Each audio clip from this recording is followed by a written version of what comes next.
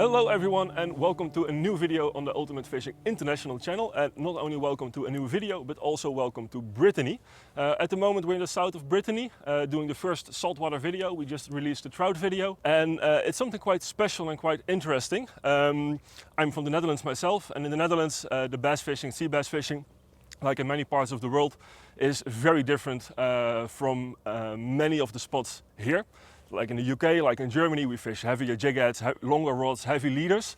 And it's way before I joined the company, I think it's about 10 to 15 years ago now, on YouTube there was this crazy guy fishing very close to the shore with little creature baits, with stuff we used for perch, with crazy light leaders like 6 pound, 0.20, 0.18. And it was always something that we found very interesting at home, also in the UK. And many countries that actually do have estuaries quite similar to these. That guy was Nicolas Cadiou. He's not only our media manager, but also one of, I'm not afraid to say, one of the pioneers of estuary fishing and sight fishing in particular. And today I have the pleasure of being here with Nico on his home spot. He lives just around the corner. And he's going to show us all about estuary fishing the French way. So expect very light leaders, very long leaders, little creature baits, very slow, very stealthy fishing, and something really different from sea bass fishing in many parts of the rest of Europe. If you live close to an estuary or if you are in Brittany on holiday, it's going to be very interesting to see how we're going to do it today. So welcome, Sietze. Thank It will be a pleasure to share this moment with you. For sure. And let's try to catch we see some things moving. Yeah. Let's go. Let's go.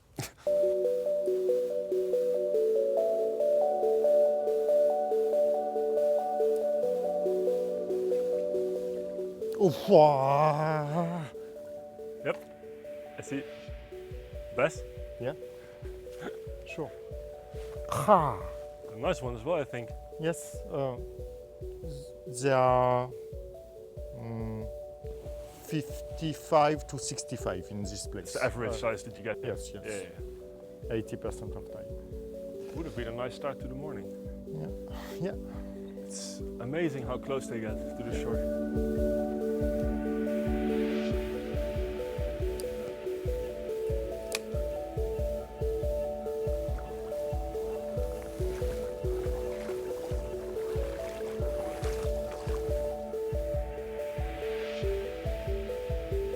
On rentre dans le soleil, peut-être qu'on va les voir un peu plus facilement là.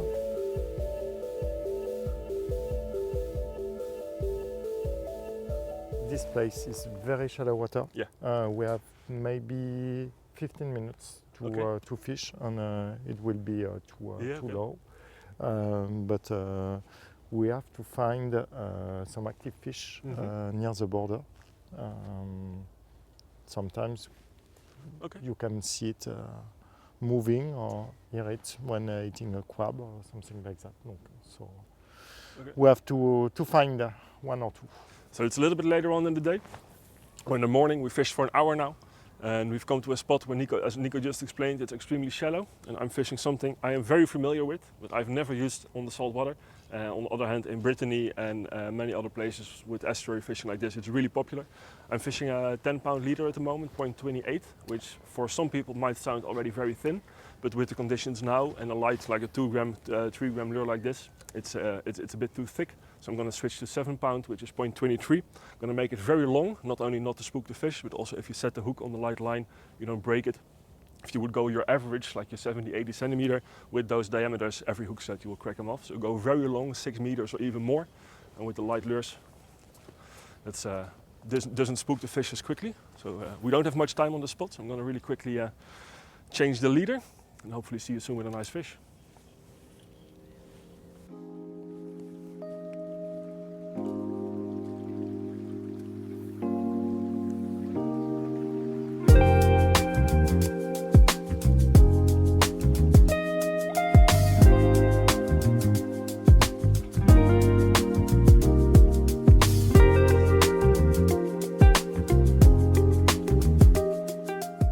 That's the moment where we have to make a choice. We can wait, still he move and try to intercept him in another place, or try to fish it, make him come out. making a cast, but we don't know exactly where he's I don't know where the head is, especially. As you want it.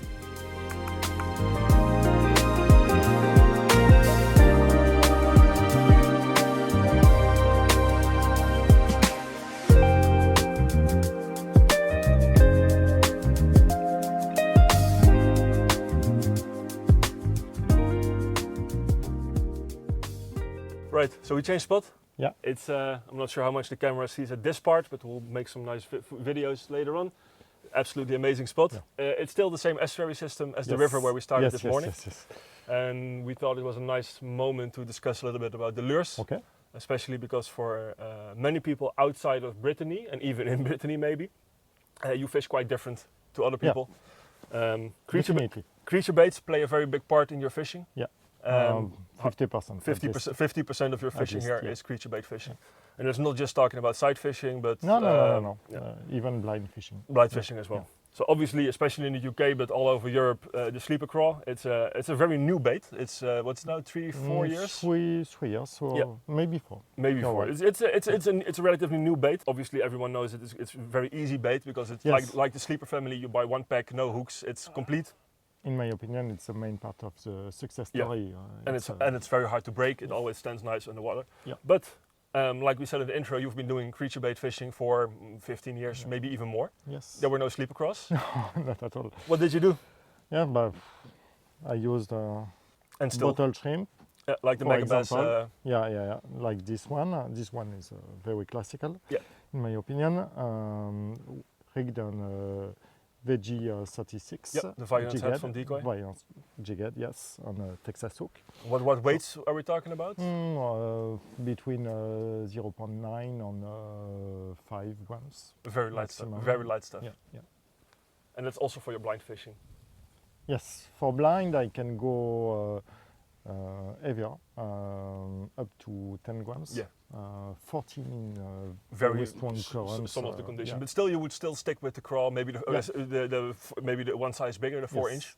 Because bass are feeding, big bass are feeding on crabs, not exclusively, but especially in the estuary. Sometimes almost it's a different type of fish, different behavior as well compared to the ones that feed on bait fish, on mullet.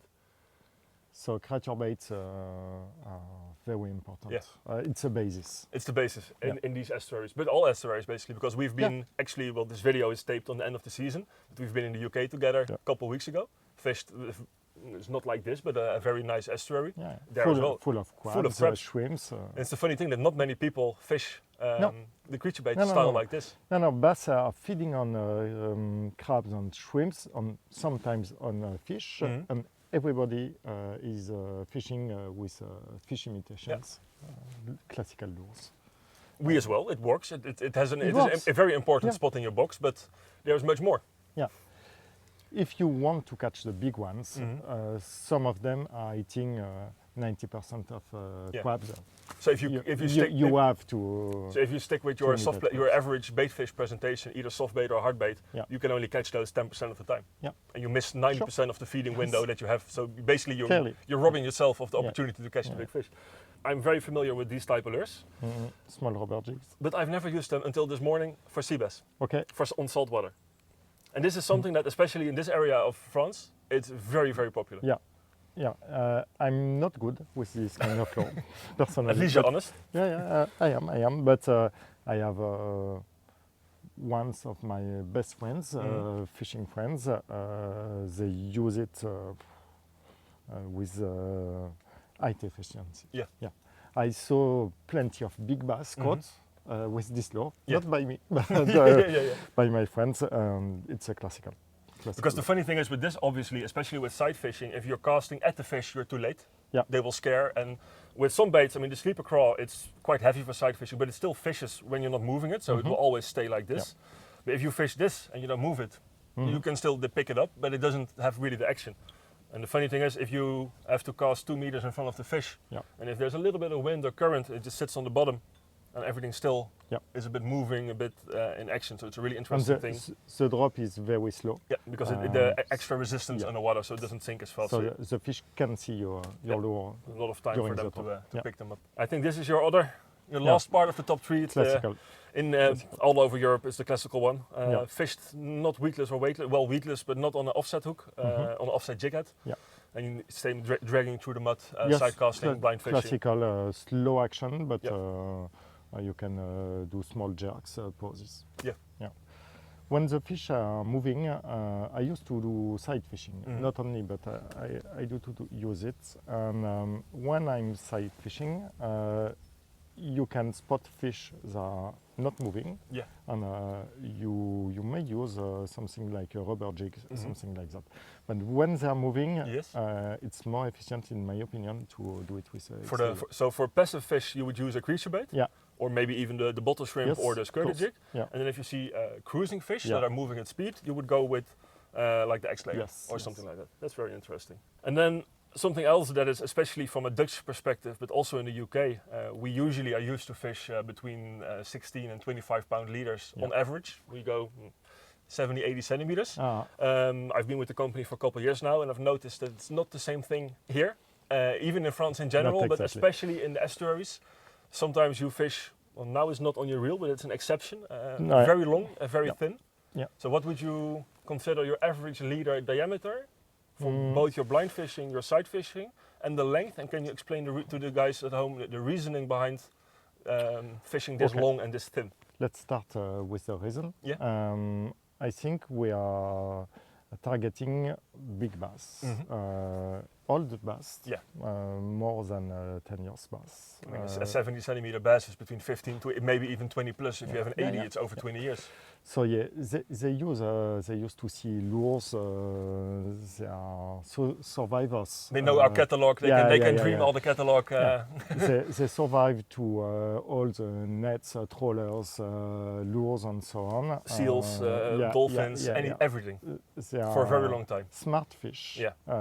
We used to fish them in very clear waters. So especially for this big fish, you have to use a leader, a long one, very discreet. Discreet is correct. Discreet. It's the correct word.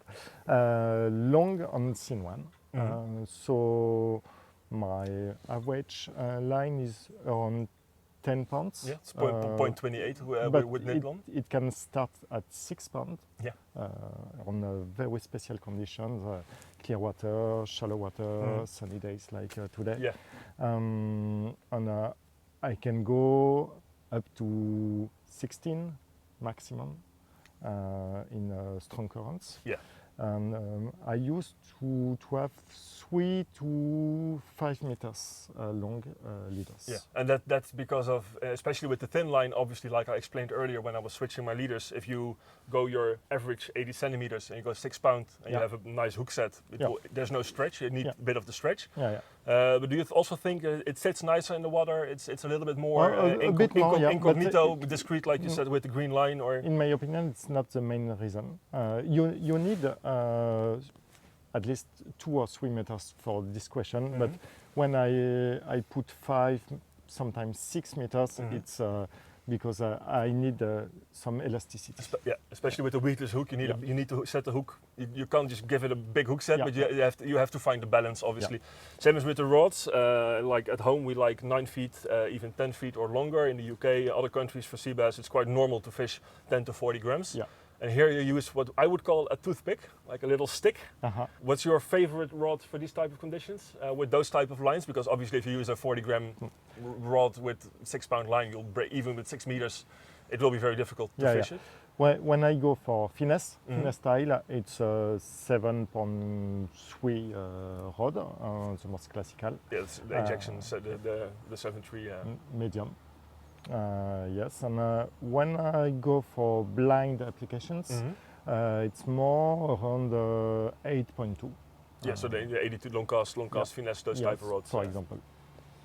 It's a bit easier, especially now the main channel is quite deep. If you don't want a little 7 foot, you want a bit longer.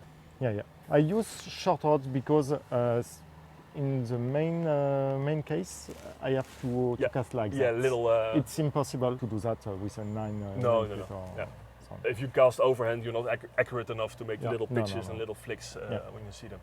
Interesting. So that's the super finesse part, the sight fishing part. In the estuaries all over Europe, obviously there's also a lot of blind casting involved. What would you class as your top 3? And you can even mix in some hard baits. You have some prepared for us there. Yeah. For your blind casting in estuaries, what would you? Well, obviously the sleeper crawl is a very important one. The sleeper family. The whole family, basically. Yeah, the whole family with the dark sleeper, which is an imitation of a goby. Goby are very interesting when you fish from the shore, especially in estuary, because they live in this place all the year. Yeah, they don't leave. They don't leave. If you are talking of other species like sandils, for example. Even sometimes mackerel or scat. Mackerel, you will have it during a few months, but during the winter, for example, in this place, I don't know. And you think, in your opinion, the fish doesn't leave here? Or they almost stay the best, they stay all year round, they will stay in the estuary. So together with crabs, the goby is basically the only thing that they can eat 365 days a year. Exactly. It's always there. They're not dependent on the migration of the bait. The dark sleeper, the goby, is very classical. And with the crawl, obviously. Yes, and the third one, you already talked about the crawl. The third one is the sleeper gill. It's an imitation of a bluegill. But we don't really have them in Europe. We have some that are not supposed to be here. We don't have any in saltwater. No, definitely not. Definitely not in saltwater. So it is also an imitation of a little bream or wasp. It works very well in shallow waters when you have currents or wind. I hope maybe this afternoon we will try a spot in particular with strong current in less than 1 meter depth. We can try it. And it's because of the shape that it, especially if you have a wind from the side, that you don't get the bow pushed away because it's such a high lure. You can hold it. You can fish in very shallow waters with something that weighs 21 grams. Yeah. So you can cast it with a medium or medium heavy rod. Fish in difficult conditions, very shallow waters. It's perfect. Especially in this color. So this is the Colezo. It's a very local dialect, I've heard. It's basically, I mean, the Americans, they asked to produce them as a bluegill for black bass, obviously. But now, if you in this color, it's a baby res, a small res, or in the other ones, which we just had here, it's quite a new color. Gilthead. Yeah, it's the gilthead. It's the Latin, the scientific name for gilthead bream, and it will probably pass for a normal bream, any of the bream species here. And it's a nice. So basically, every part of the food chain that you have in an estuary, like the little bream, the little res, the gobies, and all your cross, that's what you try to imitate. So compared to bass fishing from the boat or bass fishing in some more industrial, like ports and harbors, it's a lot more imitative. You try to focus more on imitating exactly what they're eating, and not just putting a bait fish or a big paddle tail or a hard bait in front of the face. In 90% of the case, I will use this kind of lures, this family, and in maybe 10%, I fish more classical way with topwater lures, like the Z-Claw, for example, is very effective in quiet waters. And with the estuaries being so sheltered, even today it's quite windy, but with some exceptional spots, it's completely flat, so that's perfect. Same as the frosty, it's something you want for calm conditions. And in currents, I'm in love of the feed shallow. Yeah, it's one of my... The little one. Especially at night. For me at night it's my favorite, but during the day as well, it's... totally crazy. Very nice lure. Cast quite well. Yeah. Very easy to use. And especially here, when it's quite weedy and rocky, you don't have to be scared if you use a Vision 110 or a Zonk or a tight minnow. It goes too deep. And you can use them, but you have to be very careful. The feed shallow going only like 40-50 centimeters. Maximum. You don't even have to worry about the rocks or anything. You can just easily fish it through. Nice. So basically, that's all you need. Yeah. It's one box. One box. I have one box with me. It's quite interesting to see the imitative approach, especially with us at home.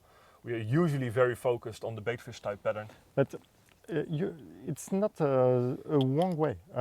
You can be focused on the baitfish type, but if you want to target the big ones, in these type of Pretty spots. sure. Yeah. You No, have I'm to- convinced to as well. imitate. Cool. Thank you for explaining. You're Let's welcome. go try to put one of these in a Yeah, fish. yeah. Cool.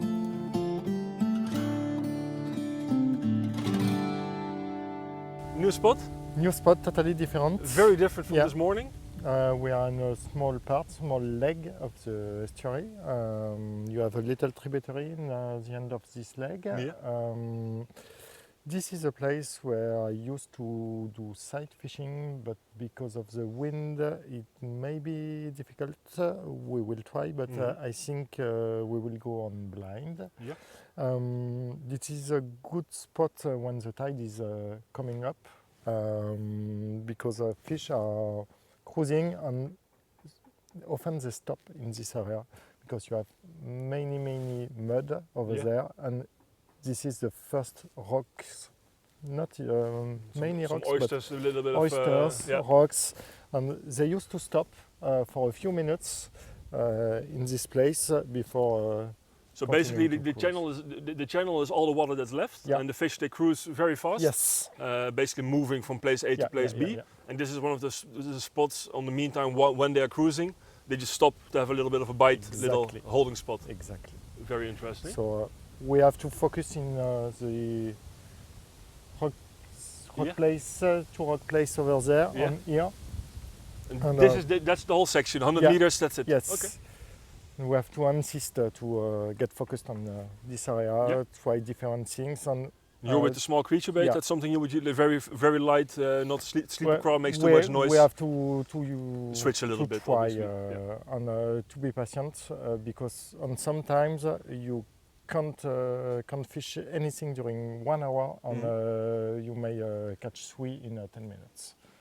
So you really have to be there in that certain in the little time frame when they are here. Yeah. Okay. Well, let's hope they're here.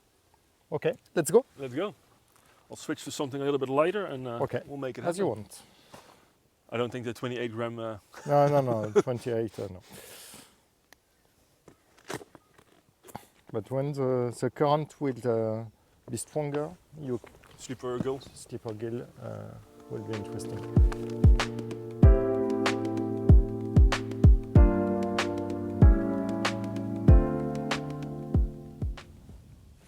Fish. Yes, good one? Yes. Yes, Very good. Crazy strike. take it easy. With the slipper gill, I think. Oh.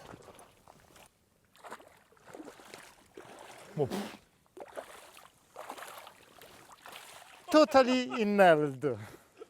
Well done, Sietze. Thank you. Good size. All right.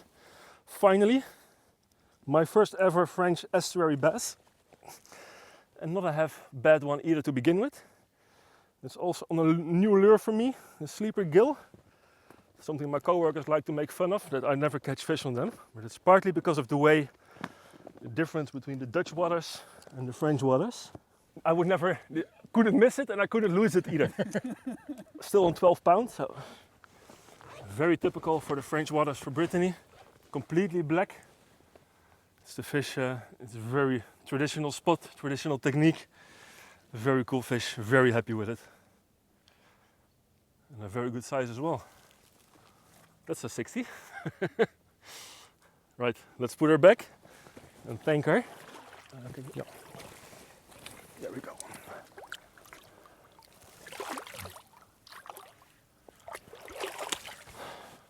Yes, my first. Well done. My first Britain estuary bass. On the sleeper A gill. good one to start. Very good one to start. Yeah. So Sietze, tell me about the sleeper gill, because we talked much about it during the past weeks. It's a classical for me. For many people here. New one for you. Yes and no. So for me, it's not a new one in particular. When it just came out, there's a video in Dutch about a dark sleeper that completely changed the way I think about bass fishing at home. And when this one came out, I've experimented a lot with it, but for some reason it didn't work. Mm-hmm. Because we have no natural coastline, we have no estuaries in the Netherlands, so it's all very deep water, industrial ports, harbors, dikes, jetties. fish moving. And the sleeper gill doesn't cast really far because it's very high. Yeah. And it doesn't sink to very deep water quite quick. But as I've seen now, in a different spot, especially on a straight retrieve, because of the profile, we have a very nasty, it's a wind versus current situation. Yeah. So it's not a very pleasant way to keep contact with your lure. And because it's such a high lure, and because it's same as a dark sleeper, the weight is all below the hook. It's super stable, and it almost slows down the drift if your line gets pushed away. It's a very interesting way to fish. It's something I've never done before, especially when I'm back in the UK next trip. I will try this a lot. Maybe get another one now. Changed my mind, but it's a different spot. Yeah. Every lure has its situation, and it's really funny how something I discounted for my own fishing, how it just delivered me one of the most beautiful bass I've probably ever caught. The all black, the typical barre breton. Barre breton. I'm very happy. Let's check the knots, check the leader, and go for the next one. Yeah.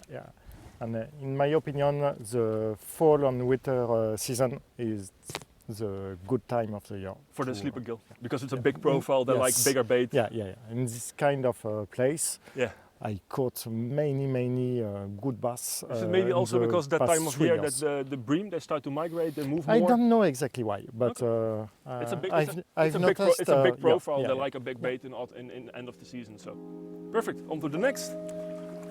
Here we go.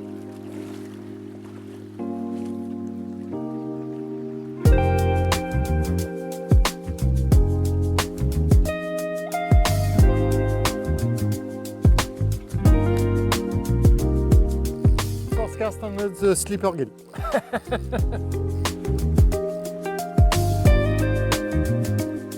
Not a big one, but a big fisherman, big fish, small fisherman, small fish.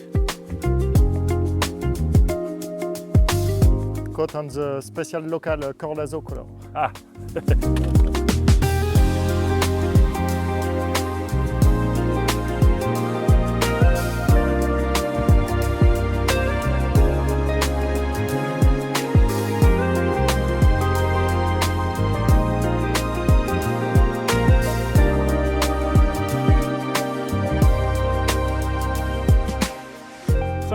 New spot again. We both had a nice fish on the sleeper gill. Well, I had to drive 12 hours to get here, and I want my sight fishing fish. So I was very happy with the fish, obviously, but the sight fishing for sea bass is something quite special, and I'm with one of the best sight fishermen in the country, or in Europe, I think. So he's changed to a spot. As you can see behind us, it's very low, and we're going to focus the last hours of the day to really get a fish either on the rubber jig or a small creature bait. Real light, 7 pound, 6 pound, 8 pound, super finesse stuff, and hopefully complete the estuary day like this.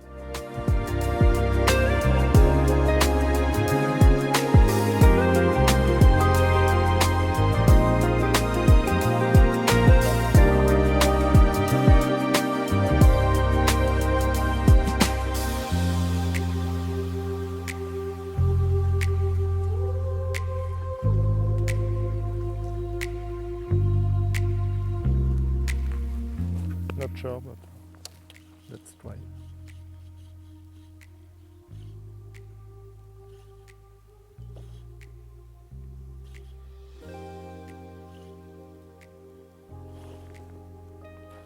Wow!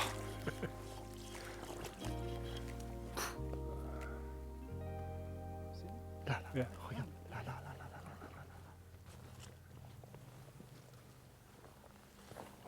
Bonne fiche. Quick. Ah, Oh. too quick. Yes! On sign, take out double.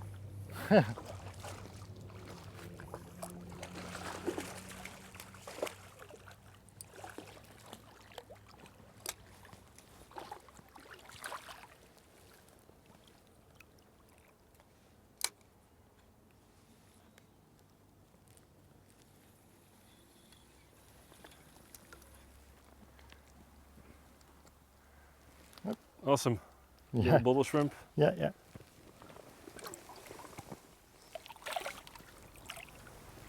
So your turn. My turn. Shit. Yeah.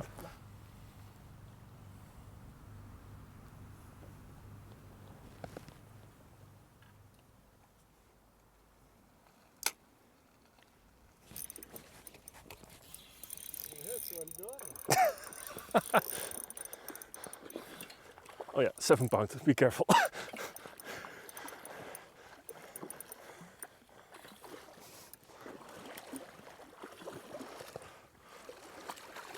It's a small fish, Nico.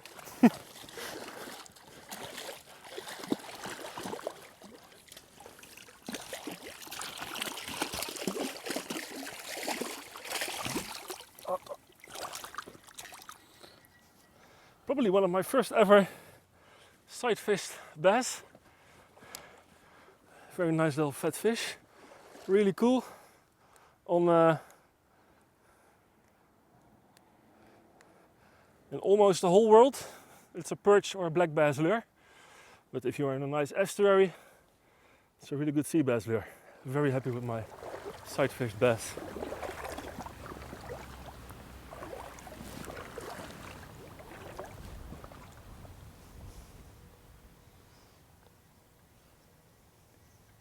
Yes.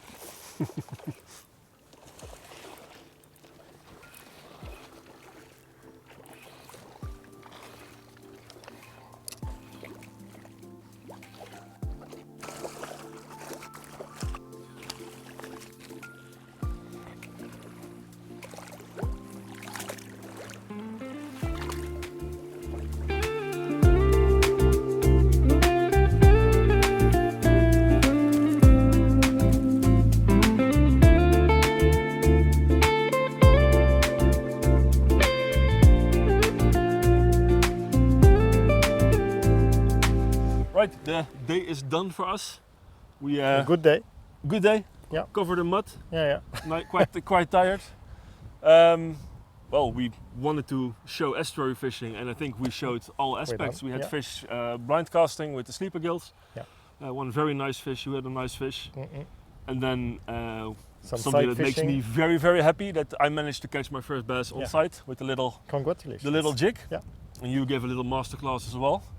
Very interesting to see the fishing like this, especially with the little creature baits like the haasdong. And I hope you people enjoyed the video. It's the first saltwater video on the new channel, or the new rebranded channel. There will be many, many more coming, salt fresh, filmed all over Europe. So if you liked it, subscribe and watch for the new one. See you soon.